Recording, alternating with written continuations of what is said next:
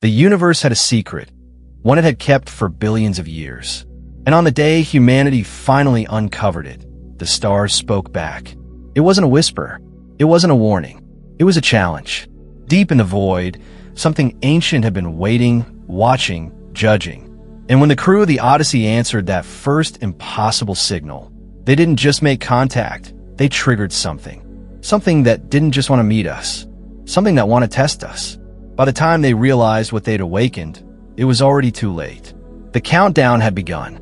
And the only way out? Please wait. Before we start, tap that iCard button in the top right corner and smash that subscribe button. Right now. Hit the notification bell so you're first in line when new stories land. Alright, let's dive into the story. Chapter 1. The universe had always been a silent, indifferent void until the day it spoke back.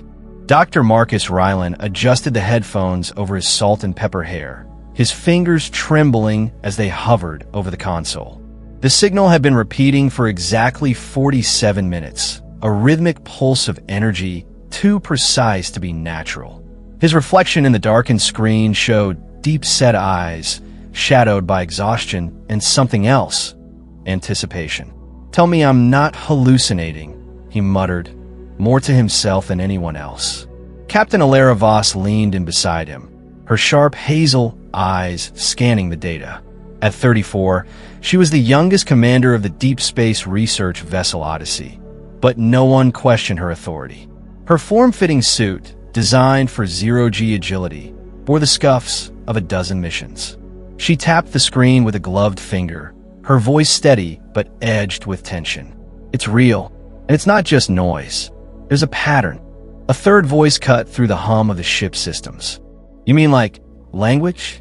Dr. Priya Kapoor, the ship's xenolinguist, stepped forward, her dark braids swaying as she studied the waveforms. Her fingers traced the jagged lines on the display, as if she could decode them by touch alone.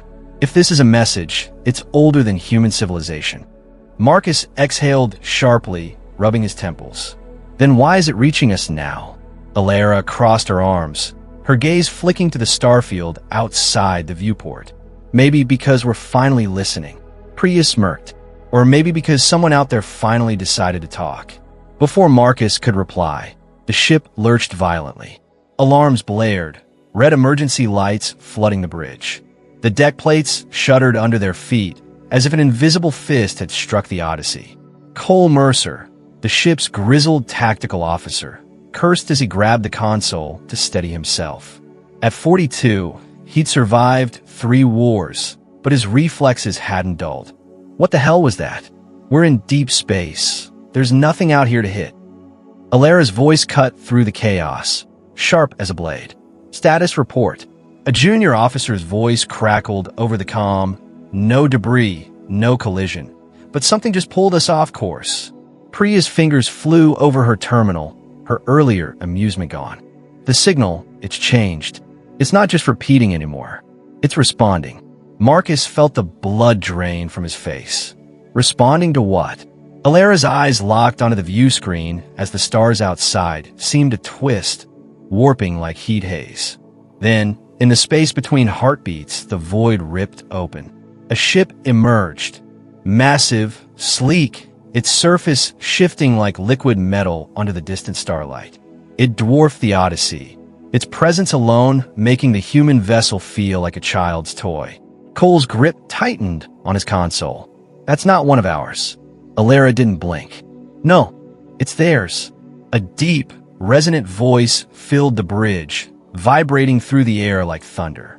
"You have been observed." Silence. Then Marcus let out a breath he hadn't realized he was holding. "Well," Priya muttered, "that's one way to make first contact." Chapter 2.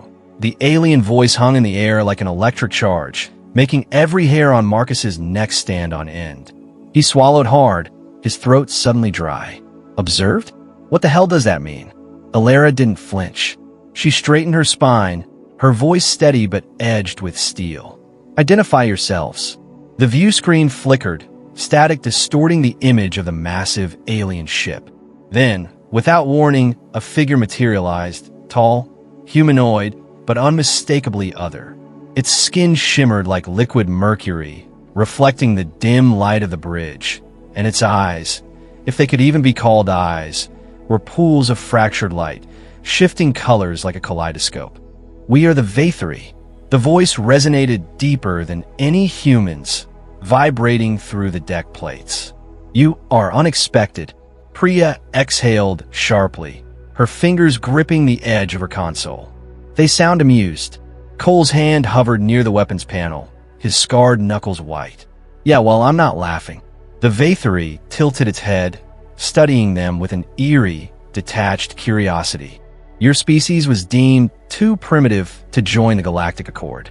Yet here you are, deciphering our oldest beacon." Marcus's mind raced. Galactic Accord? What, like some kind of space club? Alara shot him a warning glance before addressing the alien. "If we were too primitive, why reveal yourselves now?" The Vathri's mouth, if it was a mouth, twisted into something resembling a smile. "Because you possess something we lost long ago." A beat of silence.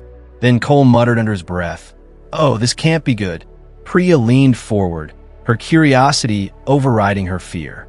"Lost? What could we possibly have that you don't?" The alien's gaze locked onto her, and for the first time, there was something almost hungry in its expression. Ingenuity. Alara's eyes narrowed. "So what? You're here to study us?" "No." The Vathri's voice turned colder. "We are here to decide if you are a threat." A new voice crackled over the comm. "Commander Derek Hale, leader of Earth's nearest defense fleet. Odyssey, we've got a problem. 6 more ships just warped in on your coordinates. They're not ours." Marcus's stomach dropped. "They brought friends." The Vathri's form dissolved into static, its final words echoing through the bridge like a death knell. "You have 1 solar rotation to surrender, or be erased." The screen went black. For a long moment, no one spoke. Then Cole let out a low whistle. "Well, that's the worst first date I've ever been on." Priya groaned. "Really? Now you're making jokes." Alara ignored them, her mind already racing through options. "Hale, can you get us back up?" Hale's voice was grim. "Not in time. Whatever you're planning, make it count." Marcus ran a hand through his hair, his mind spinning. "So, just to be clear, we're up against an ancient alien civilization that thinks we're either fascinating or terrifying, and they've given us 1 day to prove we're not worth blowing up." Alara turned to face her crew, her expression unreadable.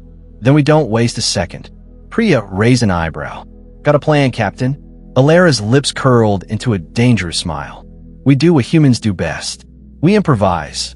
Chapter 3. The bridge of the Odyssey buzzed with frantic energy as the crew scrambled to respond to the Vathri's ultimatum. Marcus wiped sweat from his brow, his fingers flying across the navigation console. "They got us surrounded. 6 ships, each twice our size. If they decide to fire, we're space dust in seconds." Alara paced behind him, her boots clicking against the metal floor. "They didn't attack immediately. That means they're still deciding what to do with us." Priya leaned over her terminal, her dark eyes scanning lines of alien code.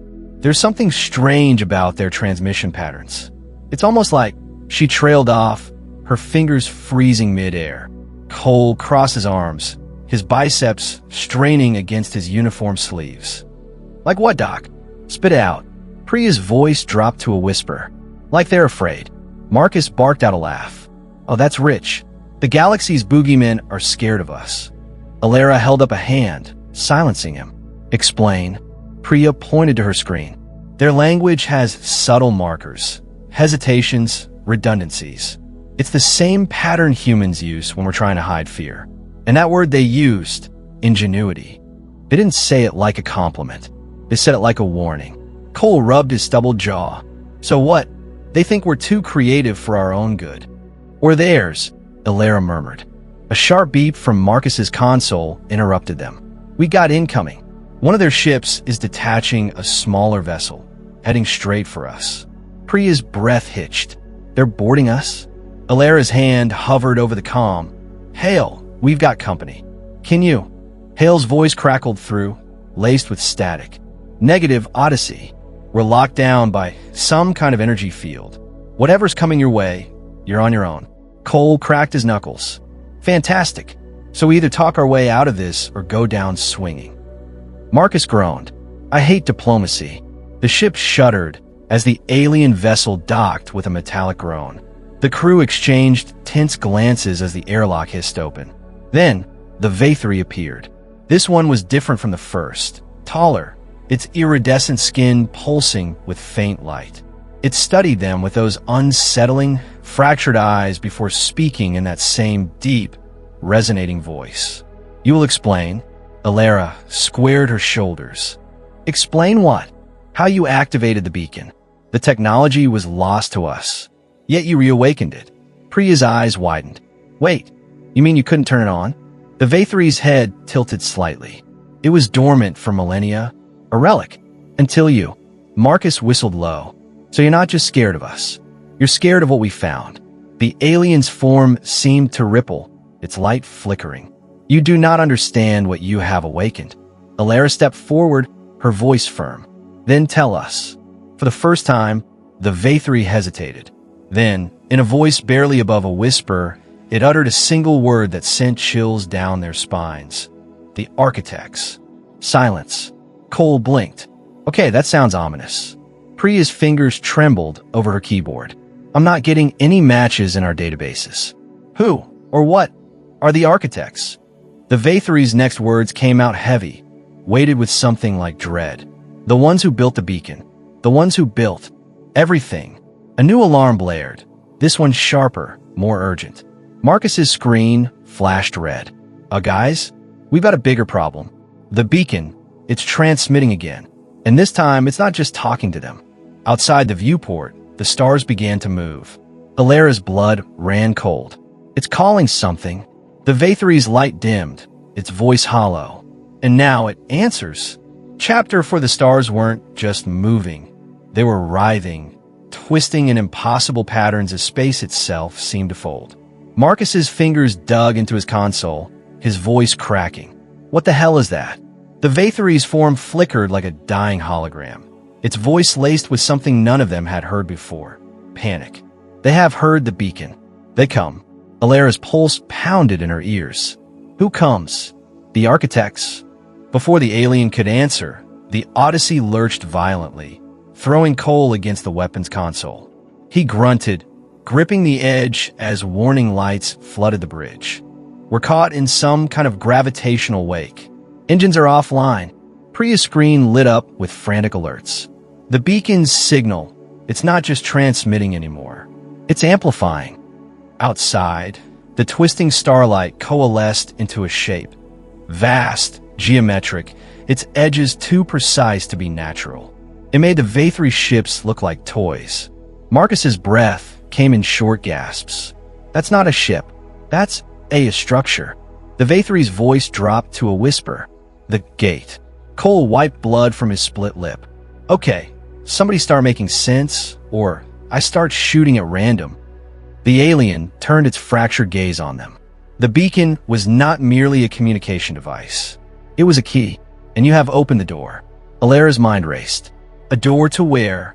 To them. A new voice crackled over the comm. Hail, his transmission breaking up. Odyssey, we're reading massive energy spikes from that thing.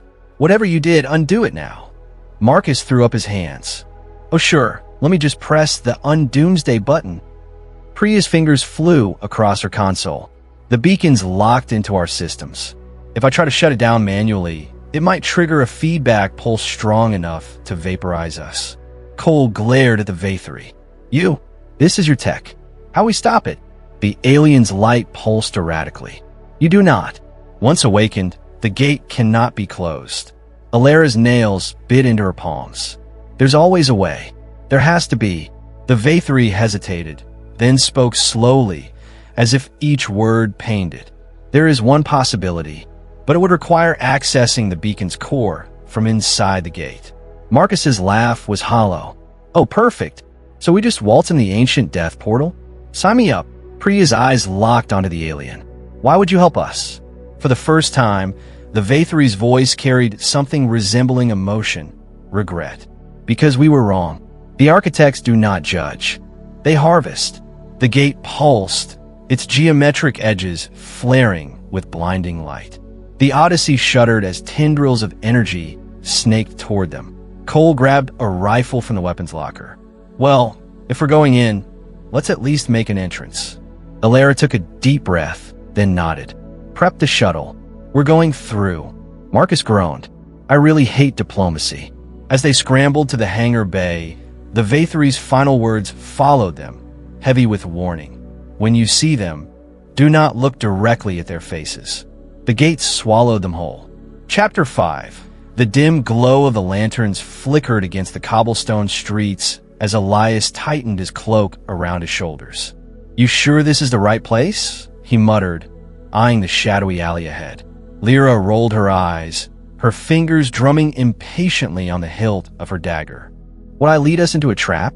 Honestly, Elias, your paranoia is exhausting. Last time you said that, we ended up knee-deep in sewer water. He shot back, but a smirk tugged at his lips. But we got the relic, didn't we?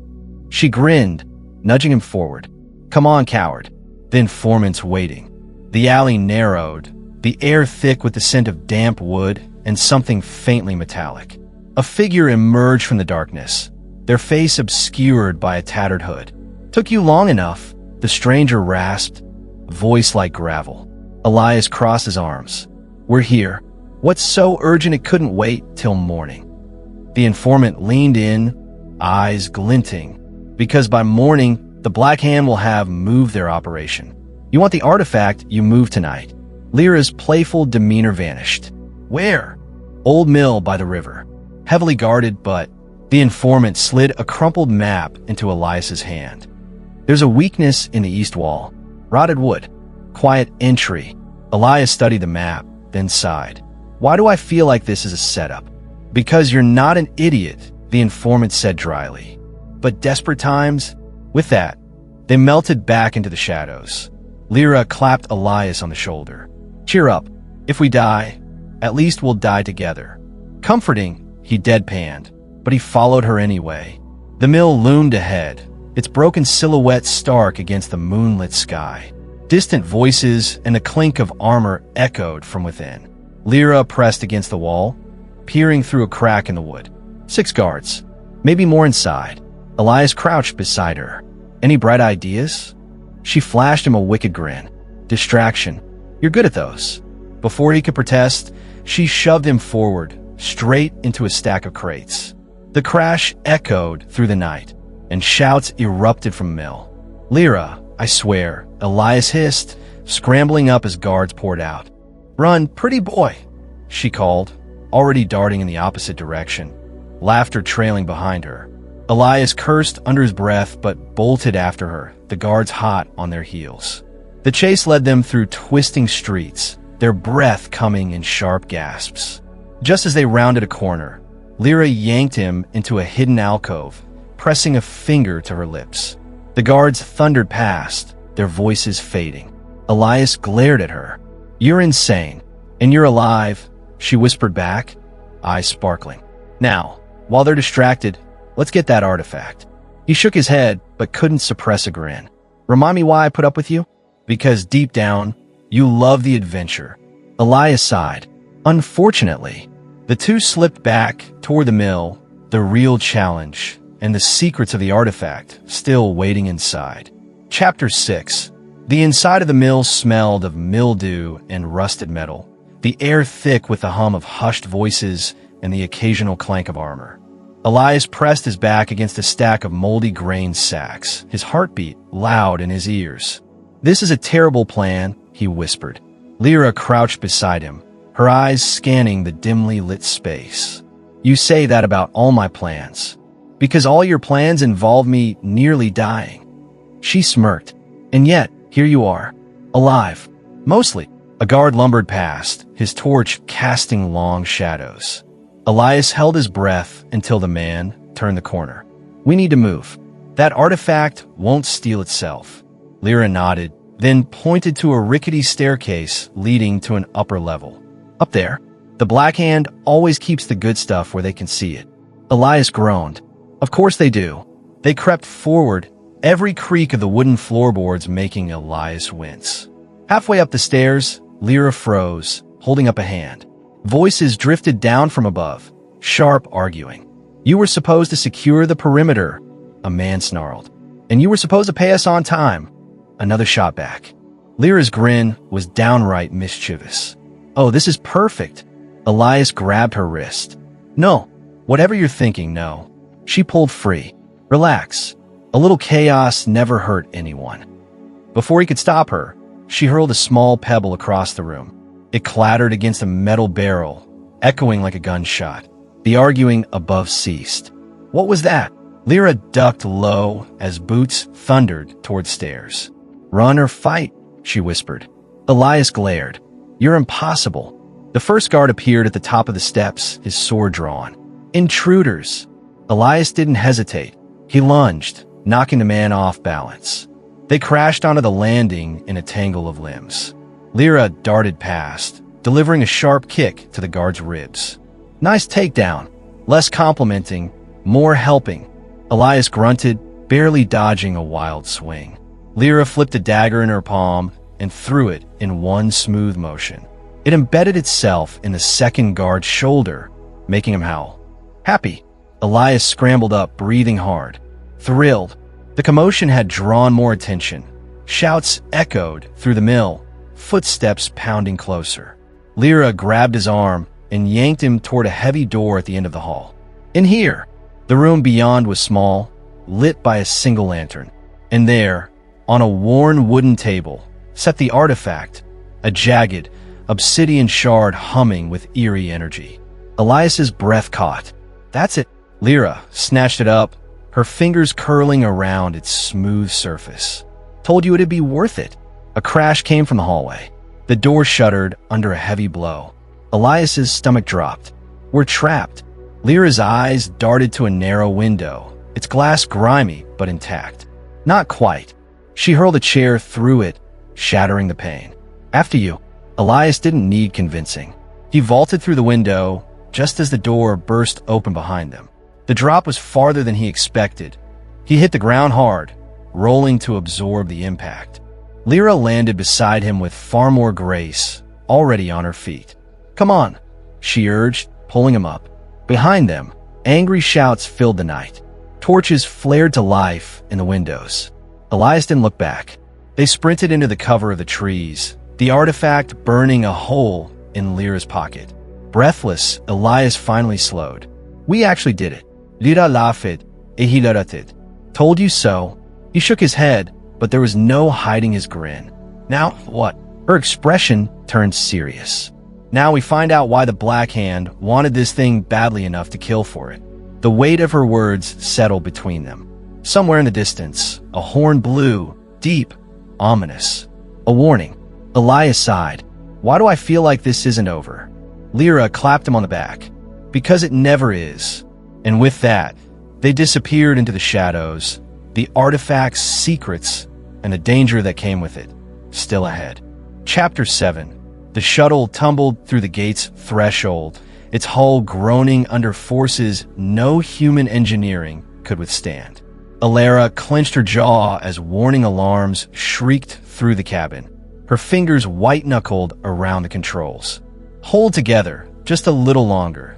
The world outside the viewport shattered into fractals of light and shadow, geometries folding in ways that made Marcus's stomach revolt. He squeezed his eyes shut. "Oh God, I think I'm gonna be sick." Priya gripped his shoulder, her voice cutting through the chaos. "Don't look." The Vathri wasn't joking. Then silence. The shuttle settled onto an impossible surface, its landing struts meeting something solid in the swirling void. Cole exhaled sharply, his rifle still raised. "Where the hell are we?" The answer came not in words, but in the space around them reshaping itself. Walls of light solidified into corridors, stretching endlessly in every direction. And at the center of it all, you are within the architect's cradle. The voice was neither male nor female, neither machine nor organic. It simply was vibrating through their bones. Alara stepped forward, her pulse steady despite the terror clawing at her throat. "Show yourselves." The light bent. Figures emerged, tall, indistinct, their forms blurring at the edges like a half-remembered dream. They had no faces, only the impression of features, shifting like smoke. You activated the beacon. Marcus swallowed hard. Yeah, and apparently that was a bad idea. When the figures drifted closer. The beacons were not meant for your kind. They were meant to call us when a civilization reached its expiration. Priya's breath hitched. Expiration. The architect's form rippled. The Vathri were once like you. Curious. Defiant. But they stagnated. They became predictable. And so, we harvested them. Cole's grip tightened on his rifle. Harvested. Preserved.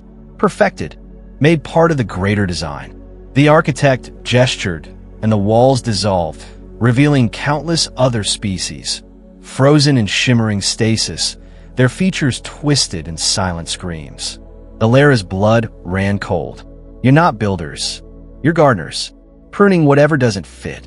The architect tilted its head. And now, humanity stands at the threshold. Will you join them, or will you surprise us? Silence. Then Marcus laughed, a raw, wild sound. Oh, you have no idea. He lunged for the shuttle's console, his fingers flying across the controls. Priya, that override code you couldn't crack earlier? I just realized it's not a lock. It's an invitation. Priya's eyes widened. You're insane, damn right. Marcus slammed his palm onto the panel. The shuttle's engines roared to life, its systems syncing with the beacon's core. The architects recoiled as the gate's light flared crimson. What have you done? Alera bared her teeth in a grin. We improvised. The beacon wasn't just a key, it was a vote. And humanity had just vetoed the harvest. Space twisted.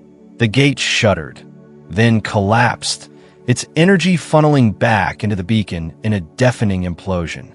The last thing they heard was the architect's fading whisper, "Perhaps we were wrong about you." Then blackness.